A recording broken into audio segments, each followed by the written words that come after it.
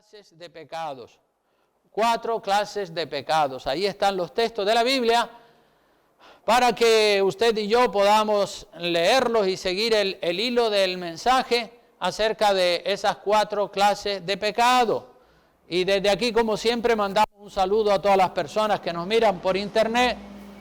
Que Dios los bendiga ricamente. Entonces, todos los pecados, hermanos, todos los pecados que el ser humano pueda cometer se pueden clasificar en las siguientes 4 características o categorías. 4 clases o categorías de pecado. Pensamiento, número 1, pecado de pensamiento. Número 2, pecado de palabra, hablado. Número 3, pecado de obras. Y número 4, pecado de omisión. Y yo recuerdo mi época de cuando yo era católico. En la Iglesia Católica hay una oración, un rezo, que se llama el rezo del yo confieso. Yo confieso. No sé cuántos llegaron a hacer ese rezo. El Padre Nuestro es el más conocido, pero en la Iglesia Católica, y como todos nosotros tenemos un pasado, pues seguramente la mayoría habrán escuchado o habrán rezado este rezo que dice: yo confieso ante Dios Todopoderoso y ante ustedes, hermanos, que he pecado mucho de pensamiento, de palabra, de obra y de omisión. Y luego el rezo, hasta ahí está bien, hasta ahí está bien. Yo confieso ante Dios Todopoderoso y ante ustedes, hermanos, que he pecado mucho de pensamiento, de palabra, de obra y de omisión. Y luego el rezo católico tiene otra parte con la que nosotros no estamos de acuerdo. El rezo continúa diciendo: por mi culpa, por mi culpa, por mi gran culpa, por eso ruego a Santa María, siempre Virgen, a los ángeles, a los santos y a ustedes, hermanos, que intercedan por mí ante Dios nuestro Señor. Esa es la segunda parte del rezo. O sea que el rezo comienza bien y termina mal. En la Iglesia Católica muchas cosas son así. Comienzan bien y terminan mal. O en medio de una oración te meten cosas que están mal. La primera parte, como digo, del rezo: yo confieso ante Dios Todopoderoso y ante ustedes, hermanos. Esto es correcto, ¿verdad? Que confesemos ante Dios y también ante los hermanos, porque la Biblia dice: si confesamos nuestros pecados, Él es fiel y justo para perdonar nuestros pecados y limpiarnos de toda maldad. Entonces, el yo confieso ante Dios Todopoderoso y ante ustedes, hermanos, que he pecado mucho de pensamiento, de palabra, de obra y de omisión. Vamos a repetirlo todos esos 4 pensamientos, esos 4 clases de pecado: pensamiento, palabra, obra y omisión. Otra vez: pensamiento, palabra, obra y omisión. Y una tercera vez: pensamiento, palabra, obra y omisión. Entonces, y luego dice: por mi culpa. Porque a veces, no, la culpa es de este. Sí, yo pequé, pero la culpa es de otra persona, menos la tuya. Pero hasta ahí también es correcto. Por mi culpa, por mi culpa, por mi gran culpa. Amén.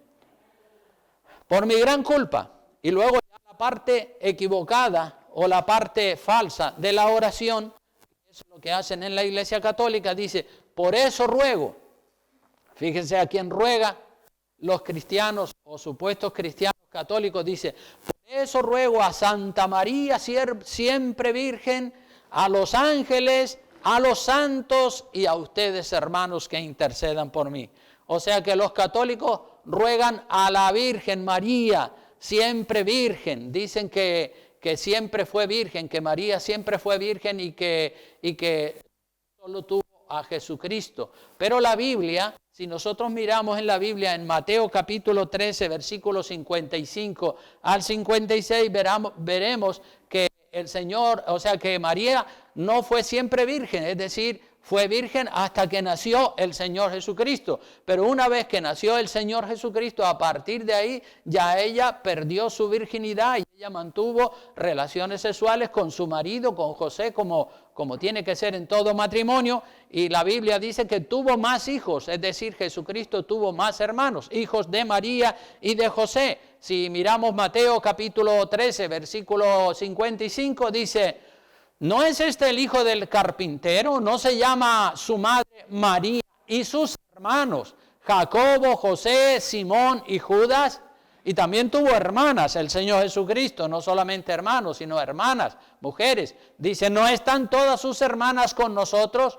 ¿De dónde pues tiene todas estas cosas? En otras palabras, que María, como dice en ese rezo, siempre fue virgen, pero eso es una mentira de la Iglesia Católica, porque en la Iglesia Católica se le rinde culto a María y hay mucho marianismo o mucha mariolatría dentro de la Iglesia Católica. Por eso ellos, cuando hacen el rezo del yo confieso, interceden o le piden a María, que siempre fue virgen, según ellos, que interceda por el pecador. También se lo piden a los ángeles, fíjense ustedes, a María, a los ángeles, a los santos que han muerto en el pasado y a ustedes, hermanos, los que están vivos, que intercedan por mí ante Dios nuestro Señor. Entonces, esa es la oración del yo confieso ante Dios Todopoderoso y ante ustedes, hermanos, que he pecado mucho de pensamiento, de palabra, de obra y de omisión. Entonces, en esta mañana vamos a definir en qué consisten esas 4 categorías de pecado, de pensamiento, de palabra, de obra y de omisión, que son, digamos, las 4 clases o las 4 categorías o niveles de pecado. Primero vamos a ver en qué consisten los pecados del pensamiento. Pecados del pensamiento. A veces pensamos que podemos tener un mal pensamiento en la cabeza, pero que hasta que no hagamos aquello malo que estamos pensando, pensamos que no hemos pecado. Y no es así. Solamente mantener el mal pensamiento en la cabeza, ya estamos pecando. Se puede pecar solamente con pensar mal. Con pensar mal ya estás pecando. No es que tienes que ejecutar o llevar a práctica aquel mal pensamiento que tienes en la cabeza. Solo con pensar mal ya estás pecando. Por eso estamos diciendo 4 niveles o clases de pecado. De pensamiento, de palabra, de obra y de omisión. Por ejemplo, usted piensa que va a cometer adulterio o va a cometer fornicación, pero que hasta que no haga ese pecado, es decir, hasta que no realice la obra, pues usted dice, no he pecado. Sí, lo he pensado, pero no lo he realizado. Entonces no he pecado. Concluye la persona que no ha pecado. Y no es así. Ya pecó porque ya lo está maquinando, lo está pensando. Por ejemplo, usted piensa que va a robar alguna cosa, y hasta que no se adueñe de lo que no es suyo, usted dice, yo no he pecado. Pero sí, ya pecó. Si usted pensó en que lo podía robar, ya pecó. No es así. Desde el momento en que le damos cabida al mal pensamiento, ya estamos pecando. Es así, hermanos. Pecado de pensamiento, pecado de palabra, pecado de obra y pecado de omisión. El pecado de pensamiento es algo muy frecuente, porque nadie conoce lo que pensamos. El único que conoce lo que pensamos es Dios, y cada uno conoce sus propios pensamientos, ¿no es así? La mente, la cabeza, el pensamiento es algo que todos tenemos y que hay que tener control sobre los pensamientos, porque si no controlamos los pensamientos, entonces los pensamientos nos van a controlar a nosotros. Cuidado con lo que piensas. Y todos pensamos. Cuidado con lo que piensas de tu esposa. Cuidado con lo que piensas de tu marido. Cuidado con lo que piensas del pastor. Cuidado con lo que piensas de los hermanos. Porque a todos nos vienen cada día pensamientos en forma de interrogantes para hacernos dudar de las personas. Y a lo mejor dirás en tu corazón, ¿me estará siendo fiel mi esposa? ¿Me estará siendo fiel mi marido? ¿O estará siendo infiel? ¿Estará haciendo las cosas bien el pastor? ¿O estará haciendo acepción de personas?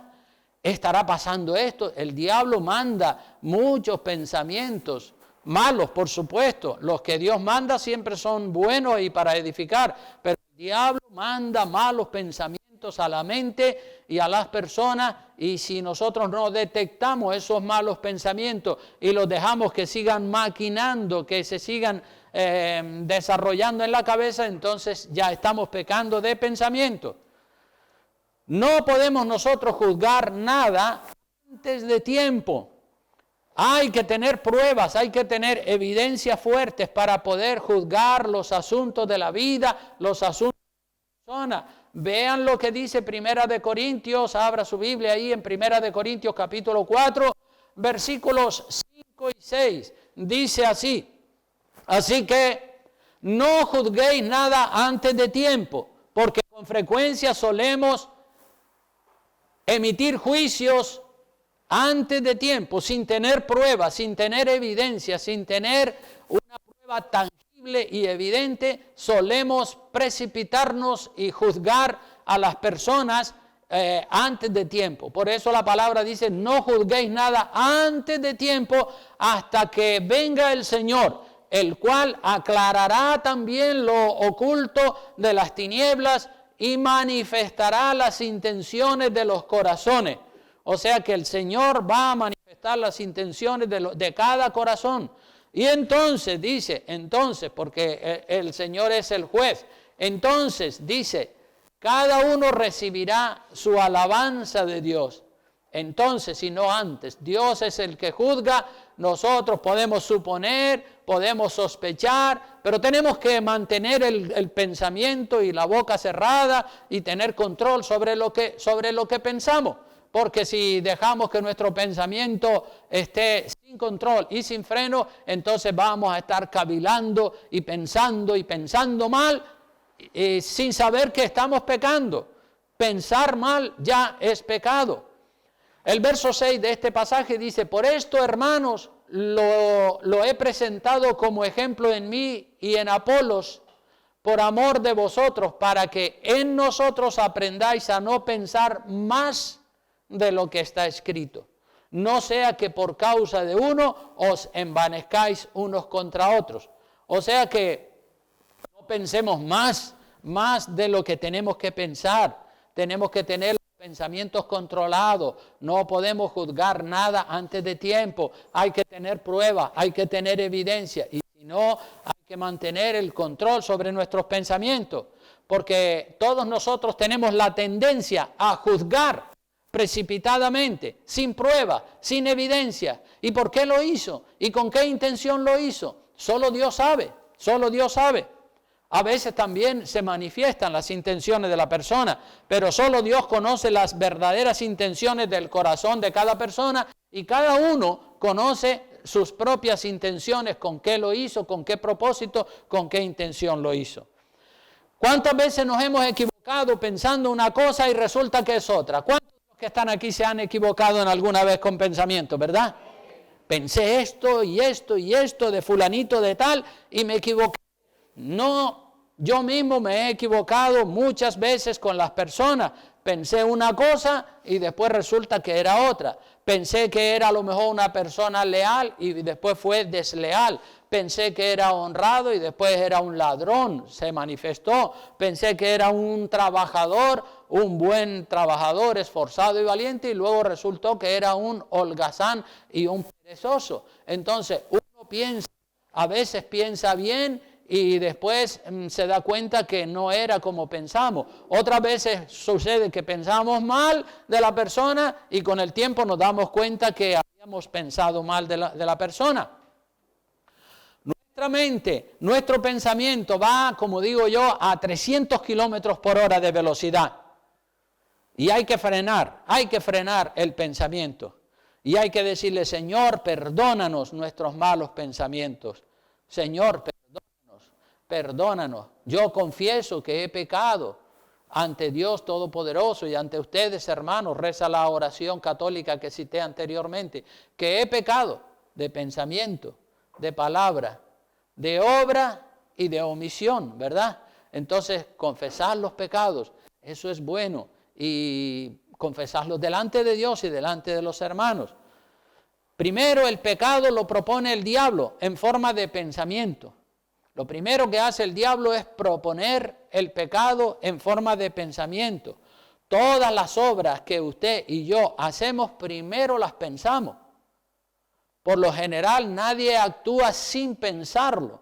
Siempre pensamos lo que vamos a hacer y por la mañana cuando nos levantamos decimos, hoy me toca hacer esto, aquello, lo otro. Ya pensamos lo que vamos a hacer con anticipación. Por lo general son muy pocas las cosas que hacemos sin haberlas pensado. Todo lo tenemos pensado previamente. Algunas, muy pocas veces, hacemos algo sin pensarlo. Por la rutina, ¿verdad?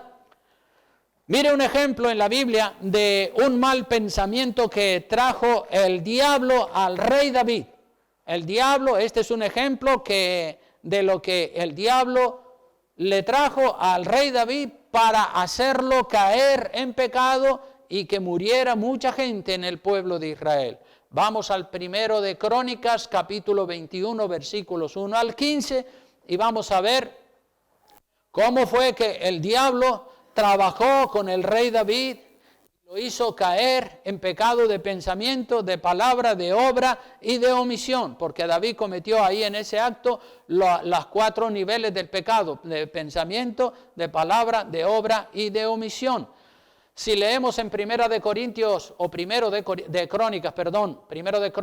21, del 1 al 15, dice, pero Satanás se levantó contra Israel. Satanás se levanta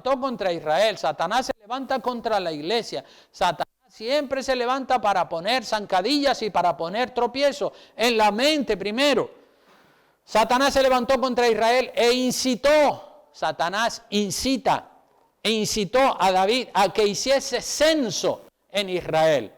Y dijo David a Joab y a los príncipes del pueblo, id, haced censo de Israel desde Berseba hasta Dan e informadme sobre el número de ellos para que yo lo sepa.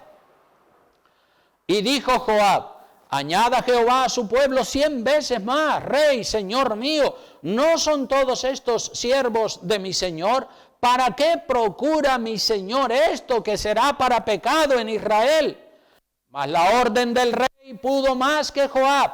Salió por tanto Joab y recorrió todo Israel y volvió a Jerusalén y dio la cuenta del número del pueblo a David.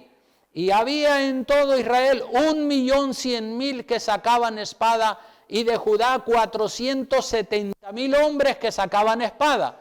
Entre todos estos no fueron contados los levitas ni los hijos de Benjamín, porque la orden del rey era abominable a Joab. Joab era el general del ejército. Asimismo esto desagradó a Dios e hirió a Israel.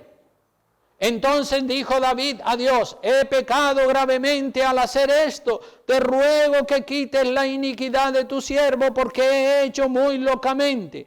Y sigue la historia avanzando, pero vamos a ir mirando texto por texto para ver cómo es que el diablo obra, cómo es que el diablo actúa. El diablo trabaja mucho en el corazón de la gente. A nuestra mente llegan cada día muchos pensamientos y nosotros tenemos que tener mucho cuidado, muchísimo cuidado y decirle, Señor, perdónanos nuestros malos pensamientos. En el verso 1 y 2 dice, pero Satanás se levantó contra Israel e incitó. Satanás incita, Satanás invita a la gente a pecar. Se levantó contra Israel y obviamente para hacer pecar, para traer juicio y castigo sobre todo el pueblo, ¿a dónde va?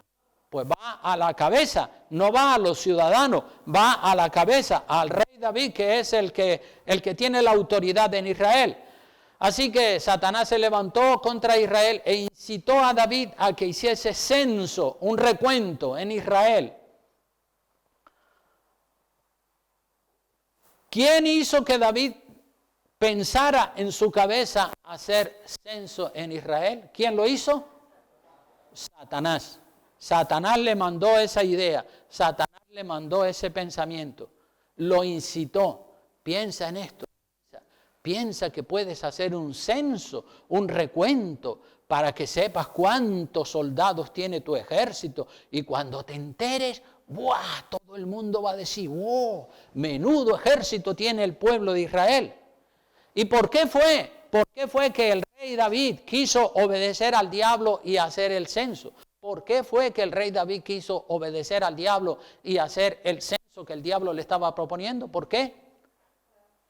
A ver, ¿por qué creen ustedes que fue? Sí, pero ¿qué es lo que pretendía el diablo? Meter el orgullo. Primero había que meterle el orgullo en el corazón al rey David, porque cuando David se enterara de que tenía un ejército de más de 1,5 millones de soldados, pues el hombre se enorgullecería. Y al enorgullecerse, pues entonces caería en pecado. Eso le daría, cuando David se enterara del número de soldados que tenía su ejército, eso le daría orgullo, le daría vanagloria al rey David. Porque la vanagloria y el orgullo es un pensamiento muy dulce, es un pensamiento muy agradable, es un pensamiento que te pone por las nubes. Y aquí tenemos, por ejemplo, nosotros un ejemplo de lo que está haciendo el presidente de Rusia, ¿verdad? Que es un presidente que tiene mucho poder y que tiene uno de los ejércitos más grandes del mundo. Entonces él quiere dar sus órdenes y si tiene que destruir, que se destruya, pero el orgullo de tener una nación poderosa y el orgullo de que la OTAN no llegara hasta su frontera, pues él dice, aquí mando yo y aquí si hay que destruir un pueblo, lo destruyo. El orgullo de la grandeza, ¿verdad? Entonces, aquí hay una situación que nosotros tenemos que tener en cuenta. Hay personas que tienen hambre de orgullo, hambre de vanagloria, hambre de protagonismo, hambre de promoverse a sí mismo o a sí misma. Y el diablo, cuando ve que una persona quiere exhibirse, protagonizar, llamar la atención, hacerse grande, hacerse famoso, entonces el diablo te va a incitar a hacer algo malo que traerá consecuencias muy dolorosas, como le sucedió al rey David. Y yo he visto jóvenes corriendo detrás de la fama, de hacerse famosos como músicos, como cantantes, hacerse famosos como futbolistas. A esos que están locos por ser famosos, el diablo los incita a que hagan algo malo para alcanzar la fama, porque el objetivo de ellos es la fama. Tienen hambre de orgullo, tienen hambre de ser famosos, y entonces el diablo los incita.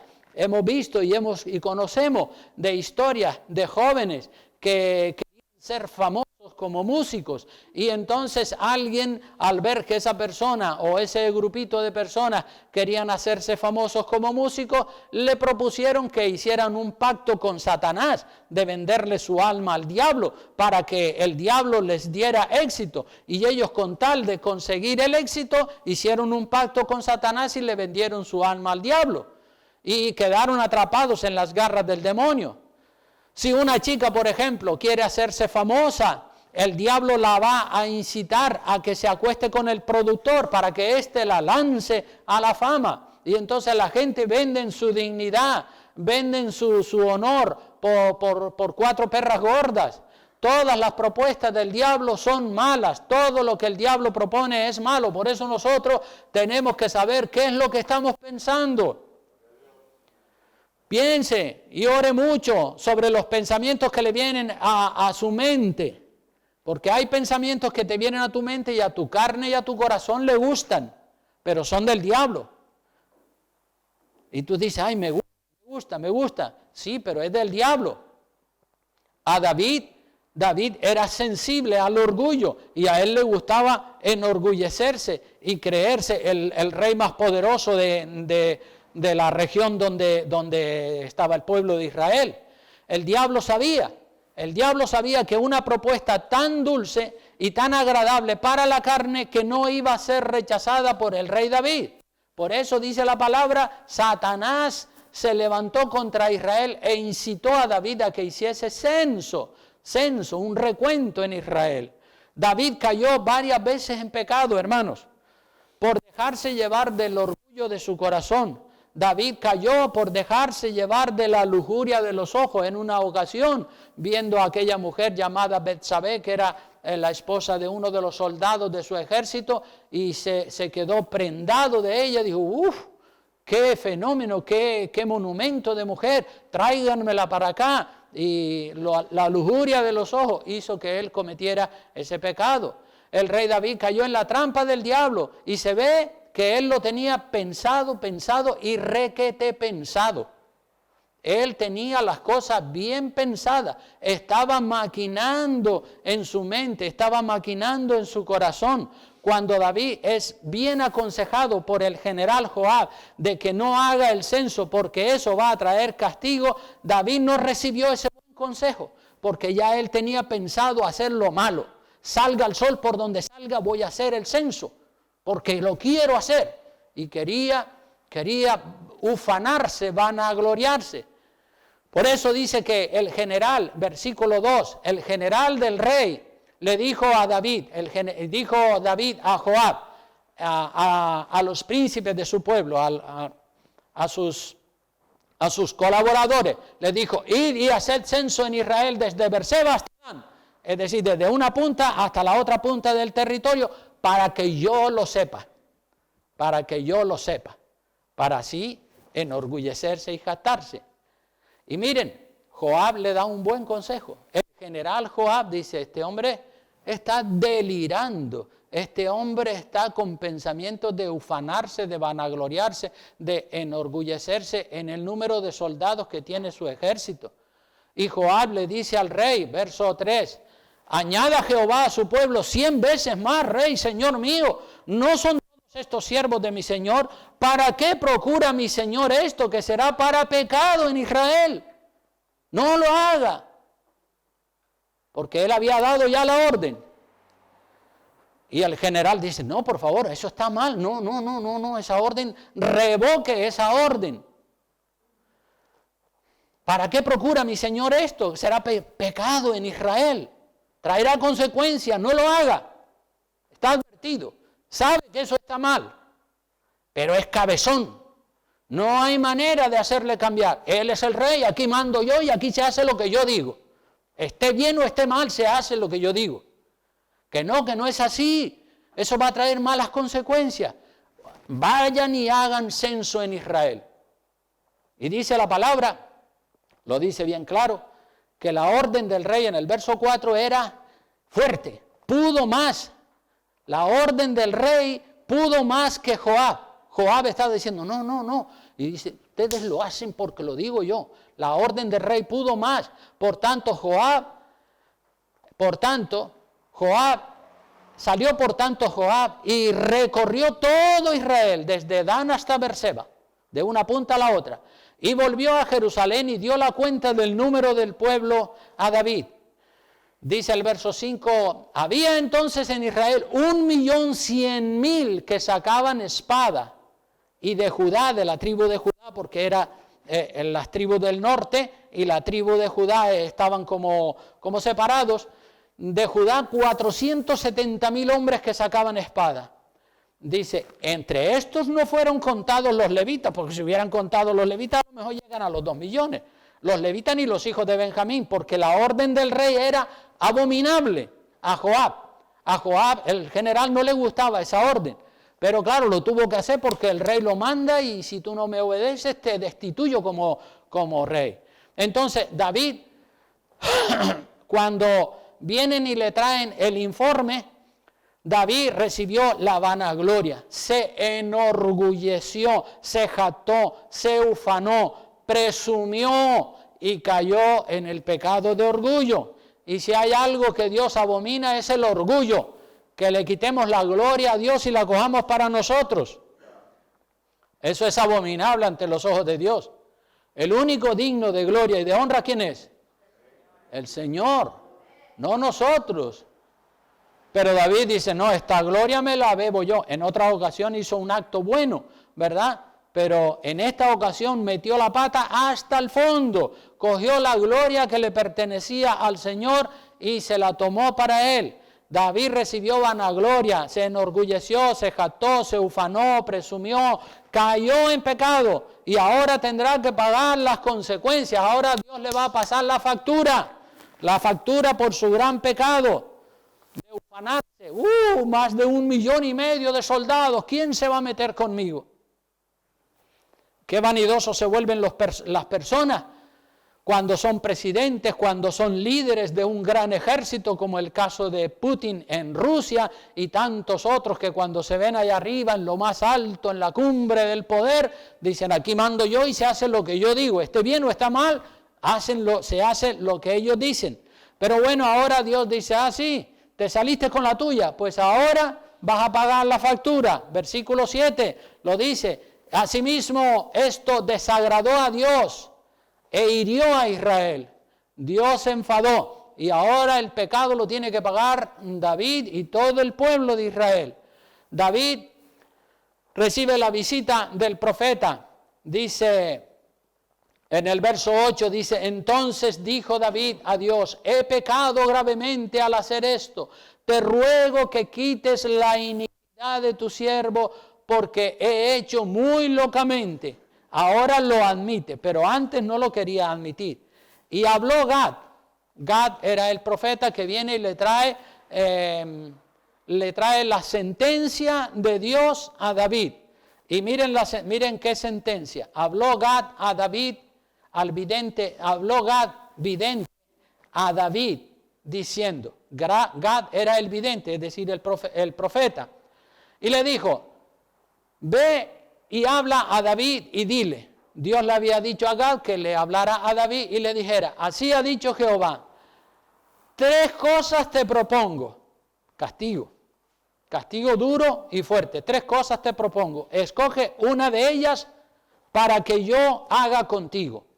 Y viniendo Gad a David le dijo, así ha dicho Jehová, escoge para ti o 3 años de hambre, número 1, o por 3 meses ser derrotado delante de tus enemigos con la espada de tus adversarios, número 2, o por 3 días la espada de Jehová, esto es la peste en la tierra, y que el ángel de Jehová haga destrucción en todos los términos de Israel. Mira pues qué responderé al que me ha enviado. O sea que el profeta le dice, dime, ¿cuál de los 3 castigos vas a elegir? Porque le tengo que decir a Dios cuál es la respuesta tuya. El verso 13 dice, entonces David dijo a Gad, estoy en grande angustia, ay Dios mío, menuda factura me va a pasar el Señor, estoy en grande angustia, tengo que elegir entre 3 cosas malas. David reconoce su pecado, pero demasiado tarde. Ahora hay que pagar las consecuencias. Ojalá lo hubiera reconocido antes de dar la orden de hacer el censo y hubiese evitado una mortandad. Bien que fue advertido por el general Joab, pero no le hizo caso. Y ahora se le dice que tiene que elegir el castigo que le va a venir a todo el pueblo de Israel. Hay que elegir entre 3 castigos y todos los castigos son duros, son dolorosos. No hay un castigo dulce, aunque unos son más llevaderos que otros, unos son más leves que otros. Y es verdad que Dios perdona los pecados, pero eso no nos libra de las consecuencias del mismo. Cuando uno comete un pecado, tiene que pagar las consecuencias. A veces la gente quiere que Dios le libre de las consecuencias de su pecado. Eso es lo que muchas personas no comprenden. No lo comprenden. Dicen, pero si yo ya le pedí perdón a Dios, ¿por qué tanto castigo? ¿Por qué tanto sufrimiento si ya yo le pedí perdón a Dios? El castigo, hermanos, el castigo de Dios es una terapia divina. Es un gesto del amor de Dios para enseñarnos que todo en la vida, todo acto en la vida tiene consecuencias. Todo tiene consecuencias. Si el acto es bueno, va a tener consecuencias buenas. Si el acto es malo, va a tener consecuencias malas. Pero todo lo que hacemos en la vida tiene consecuencias, tiene cola. Y hay que elegir entre 3 castigos. 3 años de hambre. 3 años de hambre para todo el pueblo. 3 meses ser derrotado. El segundo castigo, 3 meses ser derrotado delante de los filisteos, amorreos, fereceos y de toda esa gente. 3 meses derrotado, muriendo mucha gente en el ejército. Tampoco le gustaba. Los 3 años de hambre no le gustaba. Los 3 meses de ser derrotado delante de los enemigos del pueblo de Israel tampoco le gustaba. Y los 3 días de la espada de Jehová, es decir, la peste de Jehová, el ángel de Jehová destruyendo ciudadanos en Israel, tampoco le gustaba. Hay que elegir, pero tienes que elegir entre una de esas tres cosas malas y dolorosas. A veces la gente se cree que tienen que elegir entre lo bueno y lo malo, pero a veces hay que elegir entre dos o entre tres o entre cuatro cosas malas. Y obviamente, ¿qué es lo que hace usted cuando tiene que elegir entre tres o cuatro cosas y todas son malas, aunque dentro de esas tres o cuatro cosas hay unas que son más malas que otras? ¿Cuál elige usted? La menos mala, ¿no es cierto? Hay un refrán por ahí que dice que el mal camino, cuanto antes se recorre, tanto mejor, ¿no es cierto? Es decir, las dificultades, cuanto antes las eliminamos, tanto mejor. El mal camino, cuanto antes se recorre, tanto mejor. Y David elige el castigo más duro. David elige el castigo más duro, pero también el más breve, el más corto en el tiempo. Ni 3 años de hambre, ni tres meses de guerra, donde va a ser derrotado delante de sus enemigos, sino la peste, el ángel de Jehová destruyendo a los ciudadanos de Israel durante 3 días. Y si nosotros nos vamos al versículo 14 de ese mismo pasaje, vemos que ya cuando David elige caer en las manos de Jehová, porque David lo pensó bien, dice, mejor que me castigue con la peste de Jehová, es el castigo más breve. El mal camino, cuanto antes lo recorremos, tanto mejor. Además, si caigo en las manos de Dios, a lo mejor Dios, a mitad del castigo, Dios tiene compasión de mí y me perdona. Dice en el verso 14, así Jehová envió una peste, porque esa fue la elección de David, caer en las manos de Jehová, ya lo dice la palabra. Así Jehová envió una peste en Israel y murieron de Israel. ¿Cuántos hombres murieron? Sin contar las mujeres. 70,000 hombres.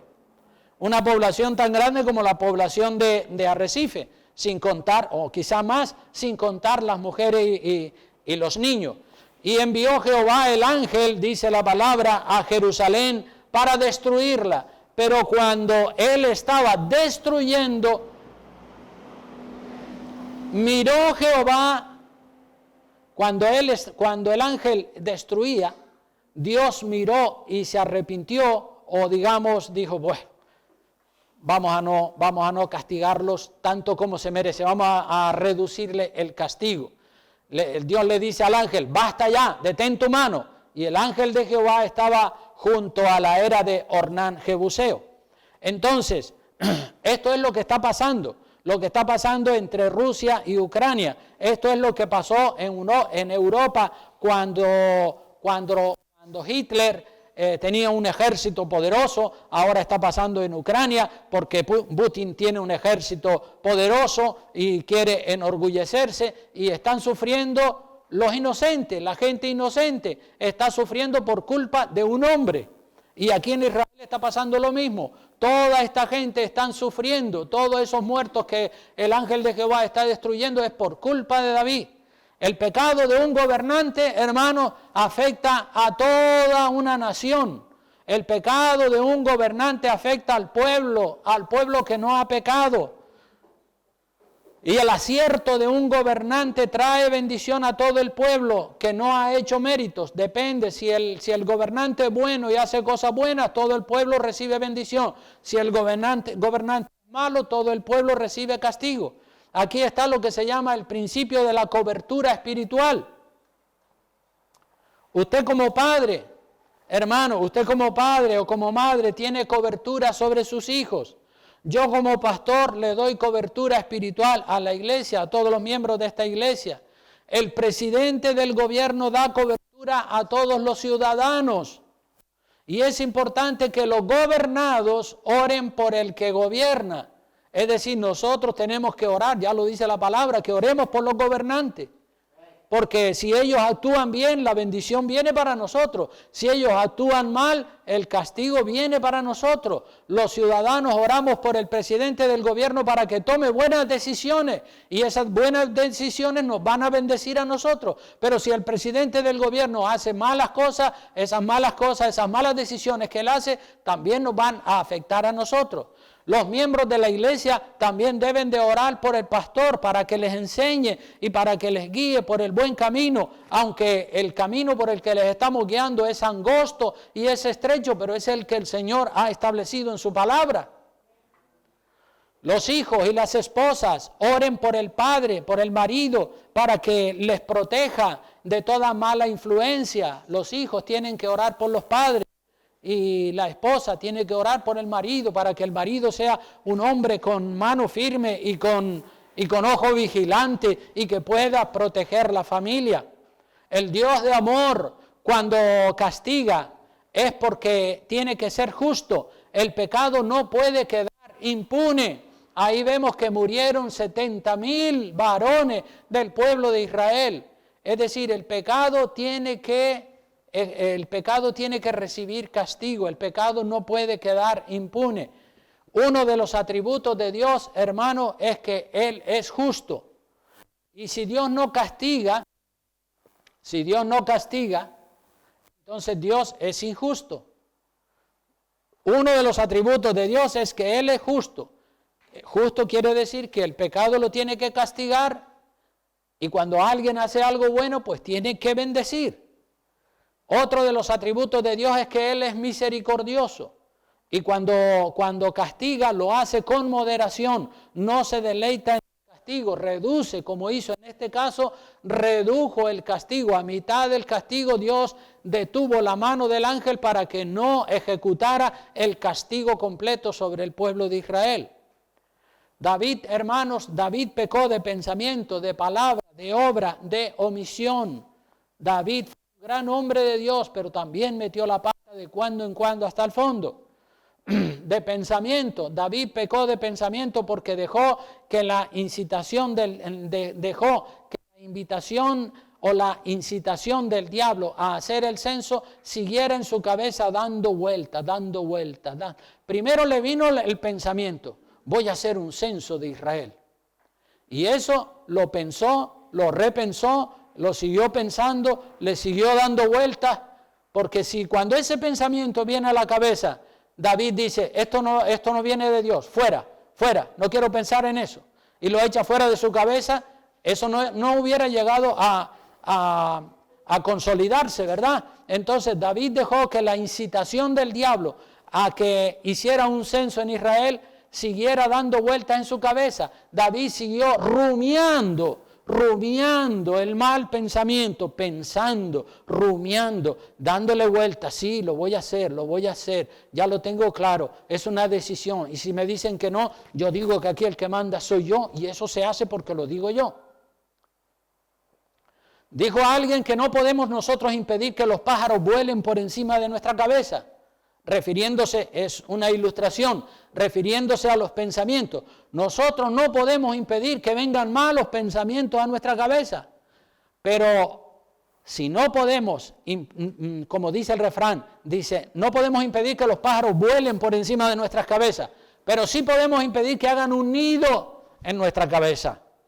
Con respecto a los pensamientos, nosotros no podemos impedir que vengan malos pensamientos. Van a venir malos pensamientos a nuestra cabeza, pero sí podemos impedir que esos pensamientos permanezcan en nuestra cabeza y que nosotros los estemos rumiando y dándole vueltas. Desde el momento que detectamos que es un mal pensamiento, hay que sacarlo fuera, porque si no lo saca fuera, ese pensamiento va a anidar ahí y después va a salir las malas consecuencias. Así que no podemos impedir que el diablo traiga malos pensamientos a nuestra cabeza, pero sí podemos impedir seguir dándole vueltas en la cabeza a ese mal pensamiento. Cuando viene un mal pensamiento a su cabeza, reconózcalo, identifique ese mal pensamiento por su nombre y diga, esto es un mal pensamiento. Esto es un mal pensamiento. No puedo seguir pensando en este mal pensamiento. Lo reprendo, lo echo fuera de mi cabeza en el nombre de Jesús. Porque si usted presta su cabeza y su pensamiento para seguir dándole vuelta al mal pensamiento, el mal pensamiento llegará el momento que anida y después salen las consecuencias. Y cuando a usted le venga un mal pensamiento, no se quede con la mente en blanco. La gente del yoga dice, deja tu mente en blanco, deja tu mente en blanco.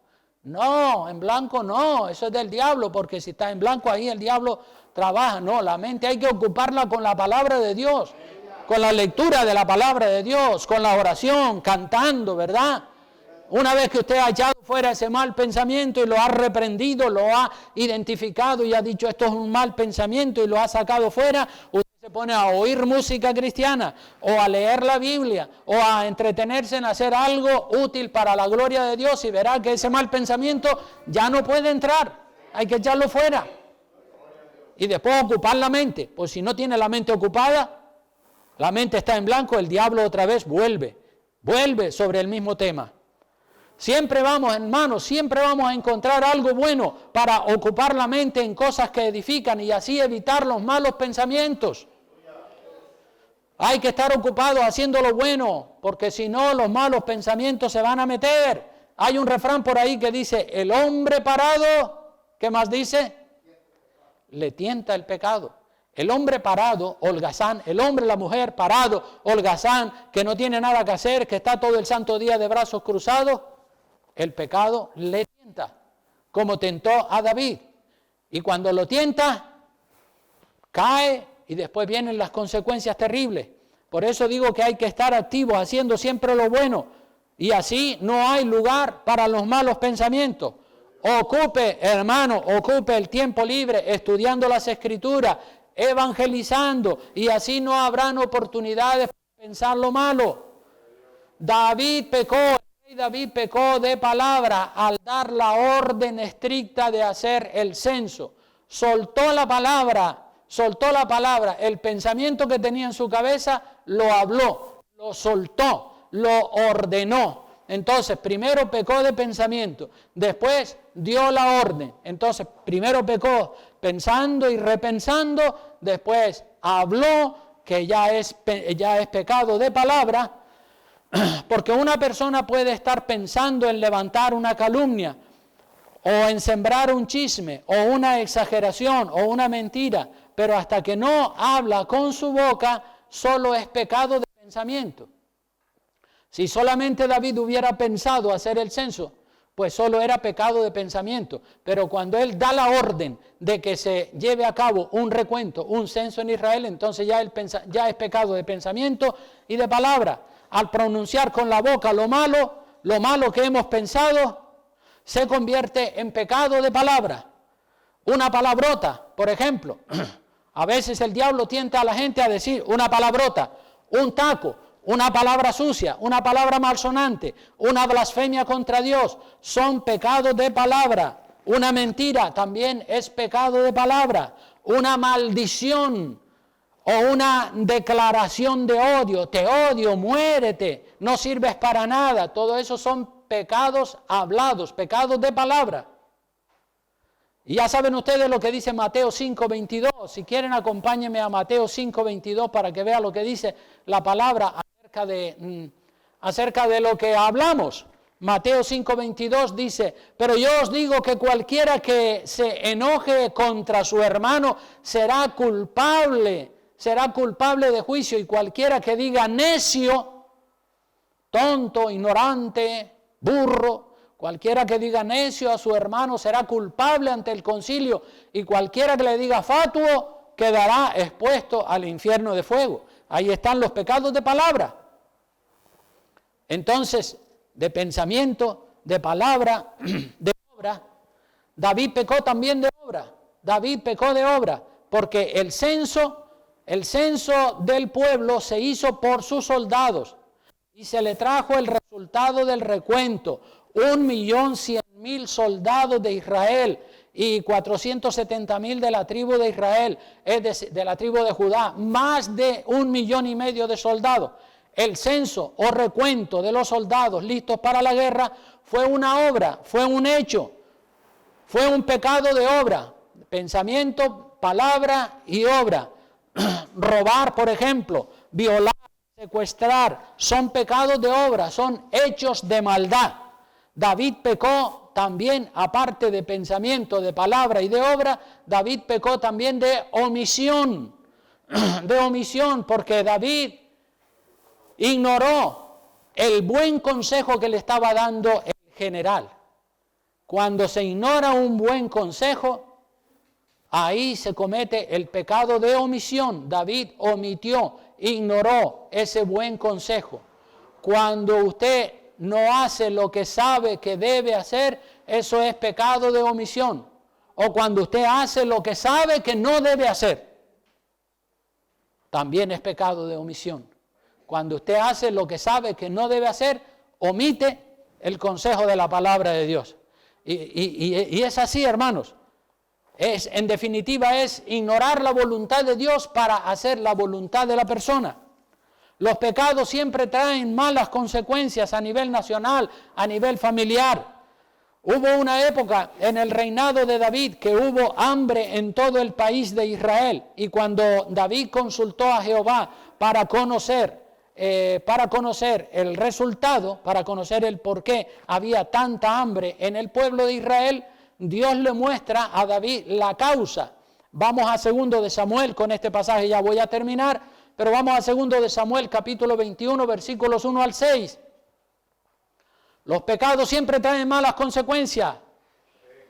Dios le mostró al rey que el hambre que había en el pueblo de Israel era la consecuencia o el resultado del derramamiento de sangre inocente en la época del rey Saúl. Vamos a leer 2 de Samuel 21, del 1 al 6, dice: hubo hambre en los días de David por 3 años consecutivos. No se refiere al caso que acabo de predicar de los 3 castigos en los que David tuvo que elegir, sino esto fue otro episodio. Hubo hambre en los días de David por 3 años consecutivos y David consultó a Jehová y Jehová le dijo, David consultó a Jehová, dice, llevamos 1 año de hambre. 2 años de hambre, 3 años de hambre, esto no es normal que nos esté pasando. Vamos a preguntarle a Dios que por qué nos está viniendo esta calamidad, este problema. David consultó a Jehová y Jehová le dijo, es por causa de Saúl, el rey Saúl, el anterior a David, y por aquella casa de sangre, por cuanto mató a los gabaonitas. Saúl mató a los gabaonitas. Léanse bien la historia de Israel para que sepan quiénes son los gabaonitas. Entonces el rey llamó, mira lo que hizo el rey, dice, pues esto hay que arreglarlo de alguna manera, no podemos seguir así. Si este hambre es por causa de la sangre inocente que derramó el rey Saúl, vamos a ver qué podemos hacer para evitar que el hambre siga matando al país. Entonces el rey llamó a los gabaonitas y les habló. Los gabaonitas no eran de los hijos de Israel, sino del resto de los amorreos a los cuales los hijos de Israel habían hecho juramento por Saúl, habían hecho juramento en la época de Josué. Pero Saúl había procurado matarlos en su celo por los hijos de Israel y de Judá. En lugar de tener misericordia de ellos, los quería matar. Dijo pues David a los gabaonitas, ya sabía que el problema era porque el rey Saúl había matado a muchos gabaonitas. Y entonces David dice, vamos a ver cómo podemos arreglar esto. Fue a los gabaonitas y le dijo, ¿qué haré por vosotros? ¿O qué satisfacción os daré para que bendigáis la heredad de Jehová? Y los gabaonitas le respondieron, no tenemos nosotros querella sobre plata, ni sobre oro con Saúl y con su casa, ni queremos que muera hombre de Israel. Y él les dijo, lo que vosotros dijereis haré. Es decir, lo que ustedes los gabaonitas me digan, eso haré con tal de que la maldición desaparezca de nuestra casa y este hambre acabe ya y podamos tener abundancia. Entonces respondieron los gabaonitas al rey de aquel hombre que nos destruyó, refiriéndose a Saúl, y que maquinó contra nosotros para exterminarnos sin dejar nada de nosotros en el territorio de Israel, dénsenos 7 varones de sus hijos para que los ahorquemos delante de Jehová en Gabá de Saúl, el escogido de Jehová. Y el rey dijo, yo los daré. Es decir, de los descendientes de Saúl le vamos a dar 7 hombres, ustedes los gabaonitas los ahorcan y así Santa Pascua, así se acaba este problema ya de una vez y ustedes toman la venganza y nosotros quedamos libres de la maldición del hambre. Y entonces así se hizo. Y por eso digo que es bueno consultar a Dios. Si nosotros arrastramos algún pecado del pasado, de los nuestros, no de nuestros antepasados. Nuestros antepasados corren, dice la Biblia, que no pagarán los hijos por los pecados de los padres, ni los padres por los pecados de los hijos. Pero de tus pecados y de los míos, tú y yo tenemos que pensar. ¿Será consecuencia lo que estoy pasando de alguno de mis pecados? Es bueno, hermanos, consultar a Dios por cualquier cosa que nos incomoda. Puede ser la causa de uno de nuestros pecados del pasado. No digo de nuestros abuelos ni tatarabuelos, sino de nosotros mismos. Si usted tiene un hijo o una hija que es rebelde y le está amargando la vida a usted, usted puede preguntarle a Dios que por qué su hijo o su hija es rebelde. Dígale, Señor, ¿por qué? ¿Qué está pasando ahí? Puede ser por muchas razones, ¿verdad? Puede ser porque a lo mejor lo consintió demasiado como padre, puede ser porque usted no lo corrigió ni lo disciplinó, puede ser también por la influencia del mundo, de los malos amigos, de internet, pero si usted le ora a Dios y le pide que le muestre cuál es la causa de ese problema que usted está arrastrando o que está sufriendo, Dios le va a responder. David se dio cuenta que lo que estaba sucediendo en el pueblo de Israel era algo insólito que no debería de continuar sucediendo, y por eso se dirige a Dios y le pregunta. Y nosotros también tenemos que ser preguntones y preguntarle, Señor, ¿por qué me está pasando esto? ¿Por qué esta situación en mi casa? ¿Por qué esta situación en mi familia? Y Dios le va a decir, yo no, porque yo no lo sé, pero Dios le va a explicar. Dios le va a mostrar cuál es la causa por la que su hijo, su hija es rebelde, para que luego usted le pida a Dios la sabiduría para enmendar el problema y para entrar en un ambiente de paz y en un ambiente de pensamiento. Entonces son tantas cosas las que Dios nos puede contestar, hermanos, y ya quiero terminar recordando estas 4 clases de pecado: pecado de pensamiento, pecado de palabra y pecado de obra. Y podemos orar, ¿verdad? Esa oración que oran los católicos, pero en la primera parte, no en la segunda parte, ¿verdad? La oración, yo confieso ante Dios Todopoderoso y ante ustedes, hermanos, que he pecado de pensamiento, de palabra, de obra y de omisión. Y es bueno identificar los pecados que hemos cometido para pedirle perdón al Señor y para decirle, Señor, si todavía estoy arrastrando consecuencias de alguno de esos pecados, perdóname, confieso mi pecado, y si hay que hacer algo, si hay que hacer una restitución, si hay que hacer una confesión, lo que haya que hacer, lo que el Espíritu Santo le muestre, con tal de que usted viva en paz y viva en la bendición de Dios. Amén. Pues nos ponemos de pie y le oramos al Señor para que Él nos bendiga y nos guarde en el hueco de su santa mano. Gracias te damos, Padre bueno de la gloria. Gracias porque tu palabra nos habla bien claro y tu palabra es, Dios mío, aleluya, una lámpara que brilla con luz propia. Gracias por amarnos, gracias por bendecirnos. Oramos que seas tú, Dios mío, mostrando a cada varón, a cada mujer, sus errores, sus pecados del pasado y las consecuencias de ese pecado, Dios mío, para que pidan perdón, para que hagan lo que tengan que hacer.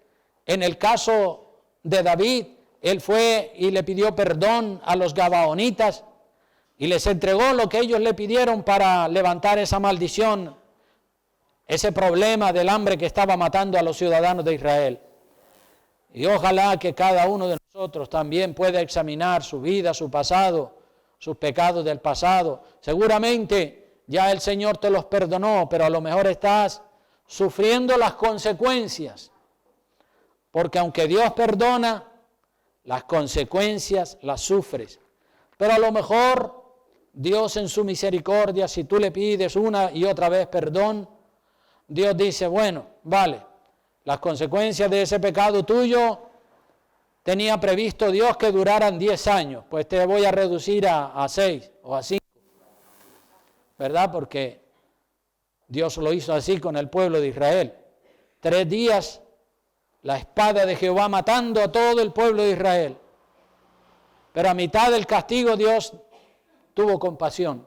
Pero también David le dijo, Señor, Señor, perdóname, perdóname, no sigas destruyendo, porque yo fui el que metió la pata, yo fui el que hice lo malo. Y David estaba bien arrepentido. Y entonces Dios dice, bueno, vale, vamos a reducir un poco el castigo. Una parte del castigo siempre la vas a tener que recibir. Pero la otra parte a lo mejor el Señor te la puede perdonar, dependiendo también de la actitud que usted muestre delante de los ojos de Dios. Por eso es importante la actitud en el momento presente, para que los efectos de ese pecado o las consecuencias de ese pecado que usted cometió se puedan reducir en el tiempo. Gracias, Padre. Ayúdale a todos mis hermanos y a mis hermanas para que todos entren en una reflexión seria y profunda, Dios mío, y hablen contigo.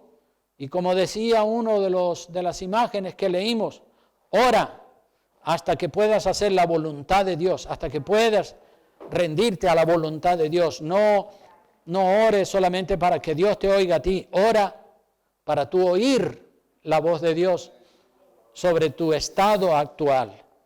Gracias una vez más, oramos que bendiga la iglesia con la bendición del Padre, del Hijo y del Espíritu Santo. Amén. Y amén y amén. Dios le bendiga.